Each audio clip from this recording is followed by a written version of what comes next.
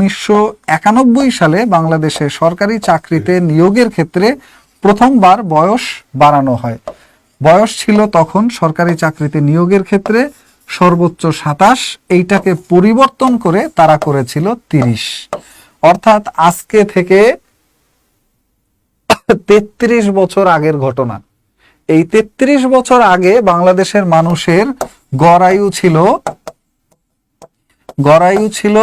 57 বছর, আর বর্তমানে বাংলাদেশের মানুষের গড় আয়ু হলো 72 বছরের বেশি, 72.8 বছর।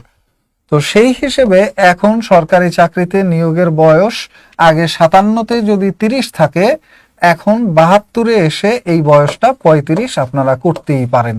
এবং গত 33 বছরে বয়সের ব্যাপারে কোনো কাজ হয়নি। তারপরে ওনারা আরো একটা যুক্তি দিছেন, সেইটা হলো 2011 সালে বাংলাদেশে সরকারি চাকরিতে অবসরের বয়স সীমা ছিল, 2011 সালে ছিল প্রথমে 57 বছর, এইটাকে অবসরের সময়সীমা বাড়িয়ে করা হয়েছিল 59 বছর, যেখানে যুক্তি দেখানো হয়েছিল যে বাংলাদেশের মানুষের গড় আয়ু বৃদ্ধি পেয়েছে, তাই অবসরের বয়স সীমাও বৃদ্ধি পাবে।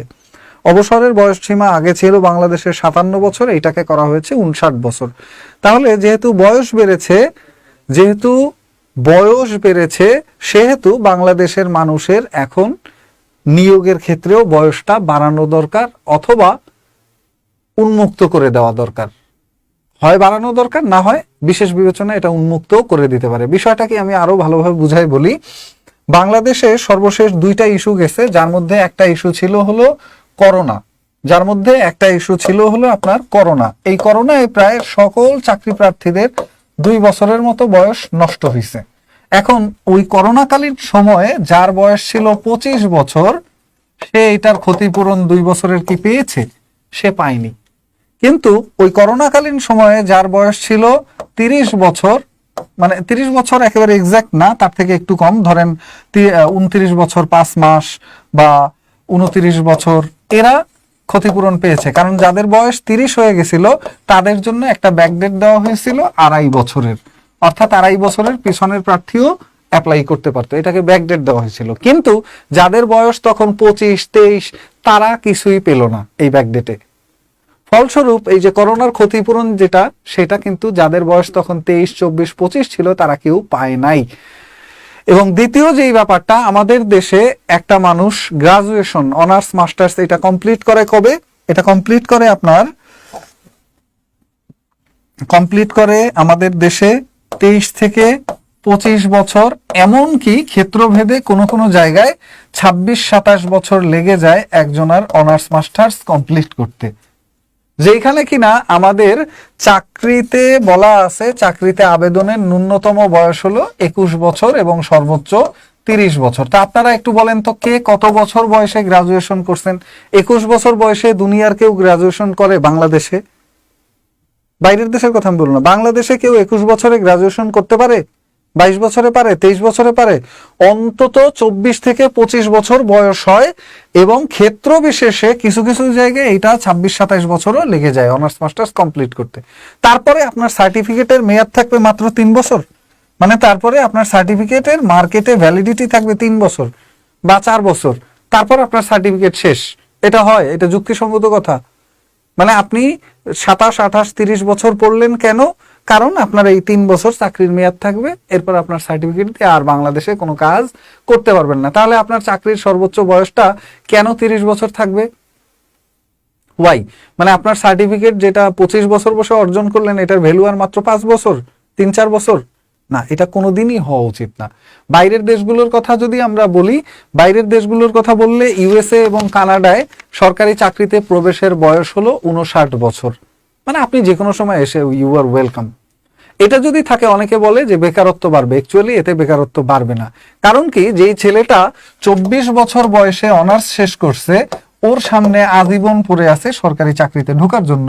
সো ও মনে চাইলে এখন গিয়ে আলুর ব্যবসা করবে, ও মনে চাইলে এখন গিয়ে দোকান দিবে, ও মনে চাইলে এখন গিয়ে কোম্পানিতে চাকরি করবে, করে আসুক।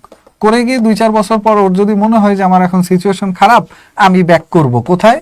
আমি এখন থেকে সরকারি চাকরির পরীক্ষা দিব, তো ওকে ওয়েলকাম, সে এসে গভ জব পরীক্ষা দিতে পারবে। তাহলে আর এই প্রেশারটা থাকবে না যে আর 3 বছর পর আমার সার্টিফিকেটের আর ভ্যালিডিটি নেই, ও আর ভিড় করবে না।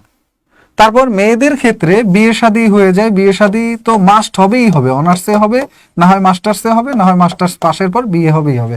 তো সে রিল্যাক্সে বিয়ে করলো, বিয়ে করার পরে বাচ্চা কাচ্চাও হয়। আপনারা জানেন মানে সবাই তো ম্যাচিউরড, 30-35-এর পরে মেয়েদের বাচ্চা কাচ্চা হওয়ার ক্ষেত্রে সমস্যা হয়, সহসা তাদের বাচ্চা কাচ্চা হয় না। সো 35-এর আগেই সবাই চায় বাচ্চা কাচ্চা নিতে, 1-2টা বাচ্চা কাচ্চা নিয়ে এগুলো মানুষ করে গুছায় গেছে। তাদের ইউজুয়ালি ওই 25 থেকে 27-28 বা 30 বছর মাঝখানের বয়সটা হয় তাদেরকে চাকরির জন্য বিসর্জন দিতে হয়, অর্থাৎ বিয়ে শাদী করা যাবে না, ফ্যামিলি সেটেল করা যাবে না, অথবা ফ্যামিলির পিছনে দিতে হয়। এবং এই ফ্যামিলির পিছনে সময় দেওয়ার পর মেয়েদের চাকরি পাওয়াটা অনেক টাফ থাকে। তো কেউ ঘর সংসার সুন্দরভাবে গুছিয়ে 2টা বাচ্চা কাচ্চা বড় করে যদি 28-30 বছরে গিয়ে তার মনে হয় যে এখন সরকারি চাকরির প্রস্তুতি নিবে, তাকে কেন আপনি 5 বছর সময় দিবেন না? তাহলে এত বছর সে সার্টিফিকেটটা কেন অর্জন করলো? তো অ্যাকচুয়ালি সে এই টাইমটা পায়, এটা মাস্ট, তাকে দেওয়া উচিত। তো বিয়ে শাদী করার পরে বাচ্চা কাচ্চা হওয়ার পরে ঘর সংসার মোটামুটি গুছগাছ হলে তখন সে আবার একটা ফ্রি টাইম পায়। এখন যদি সে মনে করে সে গভ জবের জন্য পড়বে, তো তাকে কেন আপনি পড়তে দিবেন না? কোন রুলস অনুযায়ী তাকে বাধা দিবেন আপনি? সে তো পাশই করলো 25 বছর 27 বছর বয়সে, তাহলে তাকে এটা দেওয়া উচিত কিনা? ছেলেদের যদি কোম্পানিতে চাকরি করার সুযোগ থাকতো, 24 বছরের পর সে কোম্পানিতে চাকরি করছে, 3 বছর 5 বছর করার পর মনে হলো না খারাপ অবস্থায় আছি, আমি একটু সরকারি চাকরিতে গিয়ে ট্রাই করি, তো তার সার্টিফিকেট আছে, তাকে আপনি কেন আটকাই দিবেন 30-এ? সে 35-এ আসুক, এসে পরীক্ষা দিক, তাই না? এটা তার রাইট। একটা সার্টিফিকেট কেন 30 বছরের অর্জন তাকে 3 বছর মেয়াদ দেওয়া হবে, 5 বছর মেয়াদ দেওয়া হবে? অন্তত 10 বছর টাইম দেন তাকে, তাহলে কেউ আর এইখানে এসে ভিড় করবে না। সবার মাথায় থাকবে ওটা আছে, ওকে দেখি। আমাদের বাসায় যখন খাবার থাকে তখন আপনি দেখবেন যে ক্ষুধা লাগে না, কিন্তু আপনি এমন কোথাও বেড়াইতে গেছেন অথবা মেসে আছেন, যেই মেসে বা যেই বেড়াইতে গেছেন ওই বাসায় খাবারের সুযোগ নাই, তখন দেখবেন খুব ক্ষুধা লাগে, একটু পরপর ক্ষুধা লাগে। বাট যখন বাড়িতে আছেন, পাশে খাবার রান্না করা, টেবিলে রাখা আছে, ফ্রিজে খাবার আছে, সব জায়গায় খাবার আছে, তখন আপনার ক্ষুধা লাগবে না, না খেয়ে ঘুমিয়ে থাকবেন। আর অথচ যখন মেসে থাকেন, একবেলা যদি বুয়া না আসে, খাবার না থাকে, তখন মনে হবে যে আর আজকে খিদাই মরে যাবেন আপনি। তো একটা ছেলে চাকরির বাজারে এসে ক্রাইসিসটা তখনই ফিল করে যখন সে বুঝে তার হাতে সময় আছে 1 মাস, তার হাতে সময় আছে 1 বছর, তার হাতে সময় আছে 2 বছর, তখন তার মাথা খারাপ হয়ে যায়। এই জন্য আপনি অবশ্যই বয়স বৃদ্ধির ব্যাপারে এটা পজিটিভ জিনিস। যার বয়স 20 বছর, যার বয়স 22 বছর, যার বয়স 25 বছর, প্রত্যেকের জন্যই বয়স বৃদ্ধি লাভজনক। আপনি অন্তত একটা প্রেশার ফিল করবেন না যে 30 মানে আমার শেষ, আমার সার্টিফিকেটের ভ্যালিডিটি নেই, এখন বাড়ি গিয়ে হাল চাষ করা লাগবে, এখন দোকানদারি করা, এরকম কেন হবে? ওয়াই?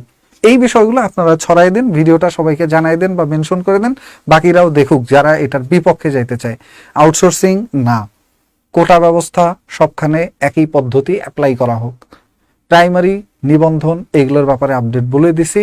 বিসিএস এর ব্যাপারে আগামী নভেম্বরেই